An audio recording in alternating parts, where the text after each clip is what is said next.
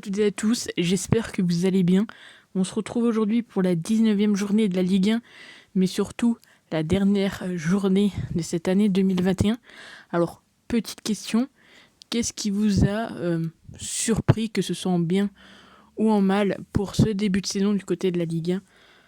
Pour parler de mon côté, je pense que niveau positif, on peut quand même parler d'arrivée de Messi au PSG. Ça a fait beaucoup parler. Et on ne va pas se mentir, on est quand même très fiers, entre guillemets, d'avoir un joueur de cette classe en Ligue 1. Après, peut-être le point négatif de mon côté, je dirais les débordements au niveau des supporters. Je trouve ça un petit peu dommage, sachant que la saison dernière, il y avait très peu de public, voire pas du tout. Cette année, il y a des stades pleins et malheureusement, il y a des débordements. Après, ce n'est que mon avis, mais dites-moi vous dans les commentaires quel est votre positif pour cette première partie de saison et votre négatif. Je compte sur vous, dites-moi ça dans les commentaires. Donc aujourd'hui, on est parti sur les 10 pronostics comme d'habitude. Alors on commence, bien évidemment, je le répète assez souvent, ne jouez pas tous les matchs. J'ai tenté des petites choses pour cette dernière journée. On verra si ça passe ou non. On commence donc avec Lorient qui reçoit le PSG. Le PSG qui est premier, qui est plutôt tranquille. Logiquement, il devrait y avoir le PSG et un autre classement avec les autres équipes.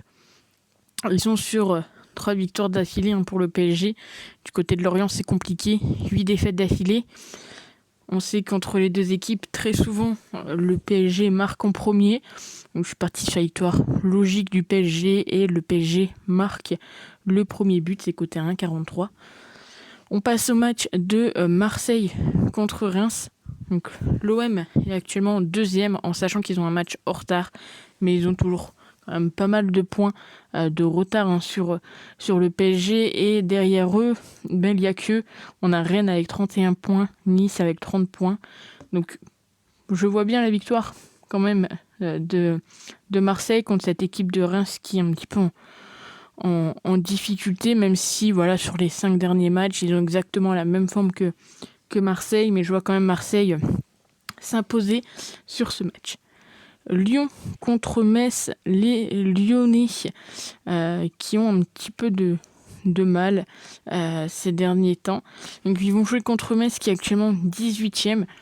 Entre les deux équipes, l'information qui m'a même sauté aux yeux en quelque sorte, c'est que 9 fois sur 10, Lyon est la première équipe à marquer. 5 fois sur 6, Lyon gagne à la mi-temps. Donc pourquoi pas tenter la victoire de l'OL à la mi-temps, c'est coté à 1,74. On continue avec Bordeaux contre Lille, où je suis parti sur le fait qu'il y allait avoir un but en première mi-temps. On voit très souvent que Lille est quand même une équipe qui marque très souvent en premier en championnat. Et également au niveau des face-à-face, si on regarde un petit peu là où Bordeaux concède le plus de buts, c'est entre la 30e et la 45e. Alors on pourrait même tenter une petite folie et mettre une petite pièce sur un but entre la 30e et la 45e. Après, bien évidemment, vous faites un peu comme vous le souhaitez. Montpellier contre Angers. Ici, on a le 5e qui reçoit le 9e. Entre ces deux équipes, on sait que très souvent, Montpellier concède des buts. Ici, je suis parti sur le fait que les deux équipes allaient marquer. C'est coté à 1,70. C'est passé la saison dernière. Après, ça change d'une année à une autre. Mais c'est quand même deux équipes qui arrivent facilement à marquer. Donc pourquoi pas tenter buter deux équipes. Monaco contre Rennes. J'espère que ça sera un joli match. En tout cas, je vois bien un match à but. 3e contre 8e. On a très souvent le plus de 2-5 qui passent entre ces deux équipes. 5 fois sur 6. Et surtout, 9 fois sur 9, les deux équipes marquent. Alors on aurait même pu tenter, en effet, les deux équipes marquent. Mais ici, je suis parti sur le plus de 2-5. Match suivant, c'est Nice contre Lens, et cette fois-ci, je suis parti sur non, les deux équipes ne marqueront pas. Du côté de Lens, ils sont un petit peu en méforme. Alors, ils ont déjà leur première recrue du mercato, mais ces derniers temps, c'est un peu compliqué. Ils ont très bien débuté la saison, il n'y a rien à dire. Ils sont encore 6e, donc c'est plutôt bien pour cette équipe du RC Lens. Du côté de Nice, ils sont 4e, seulement 3 points séparent les deux équipes. Et on sait que très souvent, entre ces deux équipes, il n'y a pas forcément énormément de buts. Donc je me suis basé là-dessus et sur le fait que je ne vois pas forcément les deux équipes marquées ici, coté à 2,03.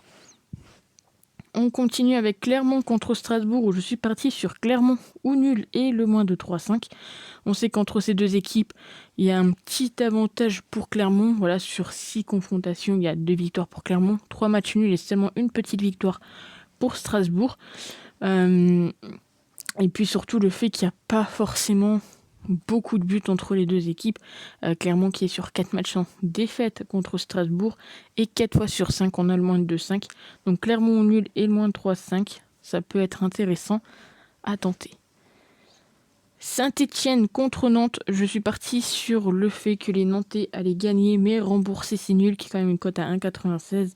Pour Saint-Etienne, c'est compliqué cette saison. J'espère que 2022 sera une année meilleure pour les Verts et qu'ils arriveront, pourquoi pas, à sortir de cette zone rouge. En tout cas, c'est ce qu'on leur souhaite.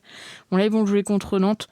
Ça me semble un petit peu compliqué pour eux d'aller chercher la victoire contre Nantes. Alors, pourquoi pas le match nul. Donc, c'est pour ça, le rembourser. 6 nuls. Et pour finir, 3 contre Brest. Brest qui était clairement la meilleure équipe en forme. Ils ont fait une très belle remontée.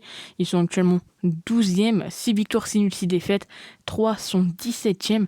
Et je vois bien la victoire de Brest. C'est cote à 2,80. C'est une très belle cote. C'est une grosse cote, je vous l'avoue.